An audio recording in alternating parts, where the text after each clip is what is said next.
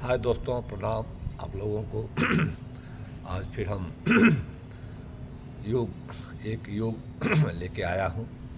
हमने पहले अनुलोम विलोम के बारे में बताया था और उस समय बताया था कि हमारा चैनल का नाम है काया चिंतन।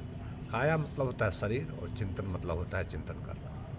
इंसान सुबह से शाम संसार में बच्चा, संबंधी, धन, संपत्ति, राष्ट्र, दुनियादारी का चिंतन करता है, लेकिन शरीर का चिंतन नहीं करता है। अगर आपका शरीर ही स्वस्थ नहीं रहेगा तो आप क्या करेंगे? धर्म भी करना है, तपस्या भी करना है, तो शरीर रक्षितो धर्म। शरीर ही जो है सो धर्म का, साधन का, कमाने का ही एक साधना है। तो अगर आपका शरीर स्वस्थ है तभी आप संसार में कुछ कर सकते हैं। इसीलिए मनुष्य को अपने जीवन के लिए सुबह सुबह जो है सो समय देना जरूर है। एक कहावत भी है कि आप जितने शरीर को कष्ट देंगे, शरीर उतना आपका स्वस्थ रहेगा। शरीर उतना ही आपका स्वस्थ रहेगा, और जितने शरीर को आराम देंगे उतना शरीर आपको तकलीफ देगा। इसलिए शरीर को कष्ट दीजिए। कोई भी योग करने, किसी भी चीज़ की प्राप्ति करने के लिए, विद्या भी प्राप्ति करने के लिए आदमी को कष्ट करना पड़ता है, रात रात जगना पड़ता है, पढ़ना पड़ता है, मन न करने में पढ़ना पड़ता है, और स्वस्थ होने पर भी इंसान को दवाइयाँ कड़वी घूट लेनी पड़ती है। इसलिए शरीर को स्वस्थ रहने के लिए आपको शरीर को कष्ट देना पड़ेगा, योग करना पड़ेगा, व्यायाम करना पड़ेगा, चलना पड़ेगा, दौड़ना पड़ेगा, तभी आप स्वस्थ रह सकते हैं। क्योंकि कहावत है कि जो पानी, नदी की पानी रुक जाता है तो वो फिर गंध देने लगती है, और चलता पानी जो होता है वो अनवरत अमृत समान होता है।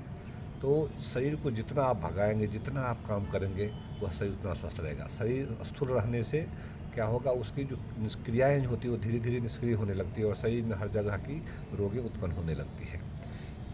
हमने इससे पहले आपको अनुलोम विलोम के बारे में बताया था कि मनुष्य जो सांस जो है सो सांस की क्रियाएं होती हैं। एक व्यायाम होती है जो शारीरिक क्रिया होता है, एक शरीर का सांस होता है, सांस की क्रियाएं होती हैं। तो सांस में हमने आपको अनुलोम विलोम बताया था कि इंसान की जो सांस जो होती है, वो जो सांस का जो फेफड़ा होते हैं उसमें 5 करोड़ छिद्र होती हैं। जो नॉर्मल हम 1.5 से 2 ढाई करोड़ ही सांस ले पाते हैं। जब हम भागते हैं, दौड़ लगाते हैं, तो हमें सांसें क्यों होने लगती है? क्योंकि 2.5 करोड़ जो छिद्र होती है वो सुप्त हो जाती है, बंद हो जाती है। और जब आप दौड़ लगाते हैं तो बॉडी में एनर्जी की प्राप्ति की चाहिए, शरीर को एनर्जी चाहिए। तो एनर्जी कहाँ आती है? ऑक्सीजन के द्वारा आता है बॉडी में।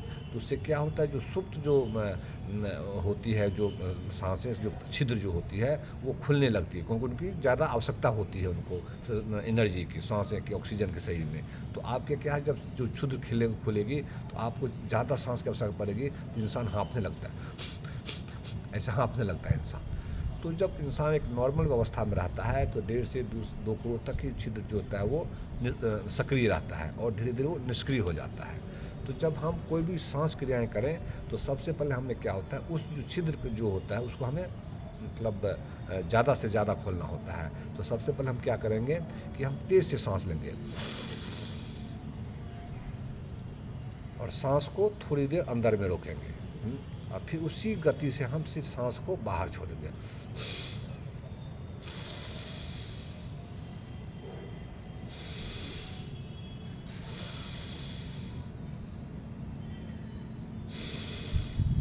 ये जब हम तेज़ से सांस लेंगे, थोड़ी देर रोकेंगे, फिर उसी से छोड़ेंगे, तो क्या होगा, जो सांस की जो नलियां हैं, जो छिद्र है, वो एक्टिव हो जाएंगे। उसके बाद जब आप सांस की क्रियाएं करेंगे तो जब एक्टिव होंगे तो आपको सांस लेने में, सांस छोड़ने में आपकी तकलीफ नहीं होगी।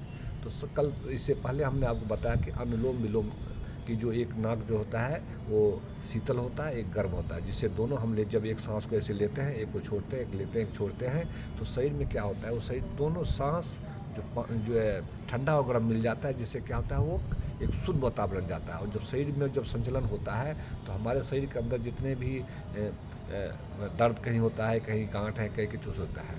तो अब जो हम बता रहे हैं आज जो हमारा है वो कपाल भाती। कपाल क्या होता है?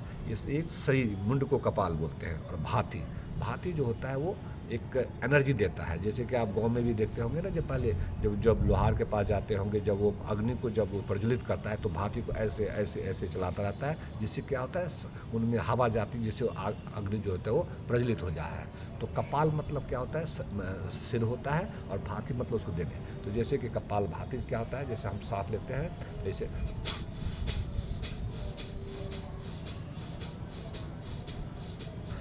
सांस जो है सो हम सिर्फ लेते हैं, सांस जो हम छोड़ते हैं। शरीर के अंदर से जो भी विकार होते हैं सांस के द्वारा ही, कार्बन डाइऑक्साइड द्वारा ही बाहर निकलती है।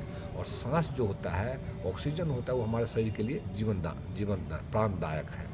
तो जब हम सांस को लेते हैं, अब जब छोड़ने का क्रिया नहीं करते, हम सिर्फ सांसें लेते हैं। जैसे देखिए हम छोड़ने का क्रिया करते हैं सिर्फ, जैसे हमारा ये पेट है, जैसे ध्यान से देखेंगे थोड़ा सा, देखिए ये पेट की क्रिया होती है।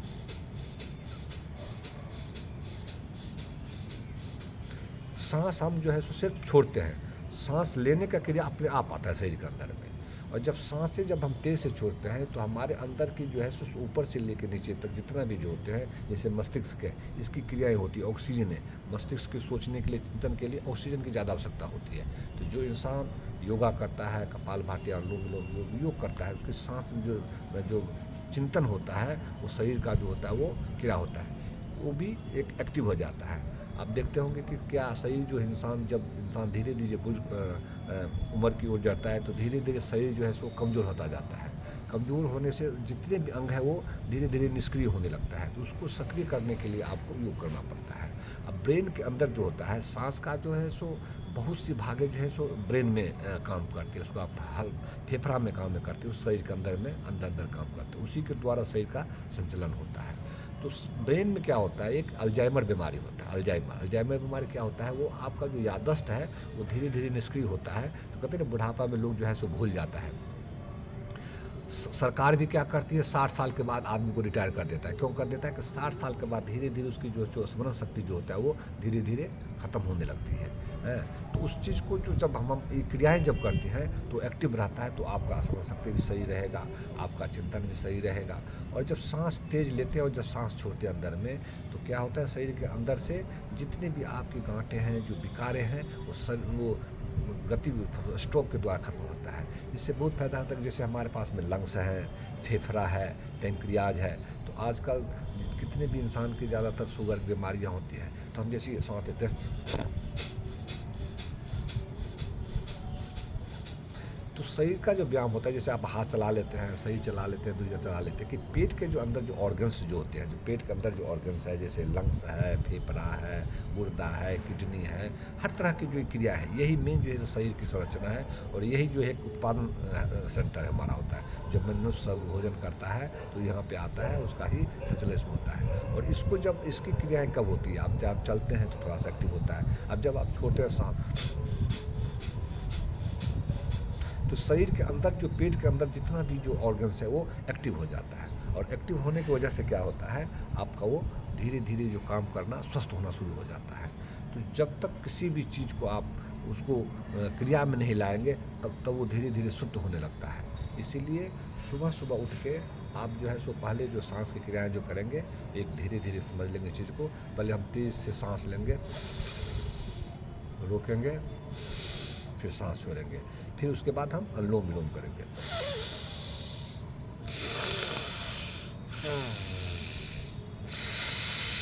अनुलोम विलोम करने से क्या होगा, तो आपका जो ठंड और गर्म दोनों मिलने के जो होता है वो शुद्ध वायु हो जाता है।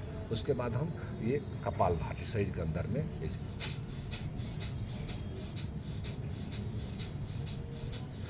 ये जो आप इतना जो धीरे धीरे करेंगे, तो शरीर जो है, जो जितने भी वायु होते हैं, आपका शरीर स्वस्थ रहना शुरू हो जाएगा। संसार इसीलिए यह अपने जीवन में कम से कम इंसान को आधा घंटा समय उठिए और ज़रूर दीजिए, ताकि आपका शरीर स्वस्थ रहेगा।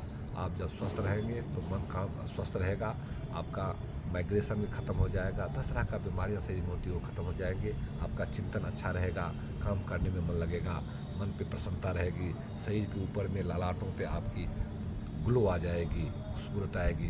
तो आपकी जो बातचीत करने में, दुनिया में करने में, कितने देखते हैं जो बीमार होती है आदमी, कुछ बात में वो नेगेटिव ही बातें करेगा, हमेशा वो दुखी वाला बात करेगा, आपको भी दुखी करेगा। आप अगर स्वस्थ रहेंगे, अगर आप अच्छी क्रियाएं करेंगे, तो इससे क्या होगा, आप भी प्रसन्न रहेंगे, समाज को भी प्रसन्न करेंगे, और इस तरह धीरे धीरे भी आप राष्ट्र को भी उन्नत मिल जाता है।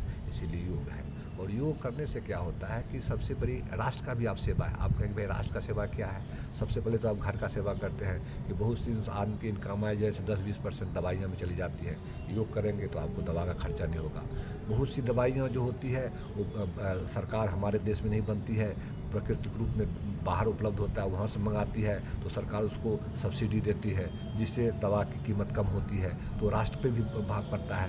अगर आप स्वस्थ रहेंगे तो परिवार स्वस्थ रहेगा, आप परिवार स्वस्थ रहेगा, समाज स्वस्थ रहेगा, समाज स्वस्थ रहते देश होगा तो होता है। इसीलिए कम से कम आधा घंटा इंसान के जीवन में अपना योग देने रहें, योग करें, मस्त रहें। जय श्री राम।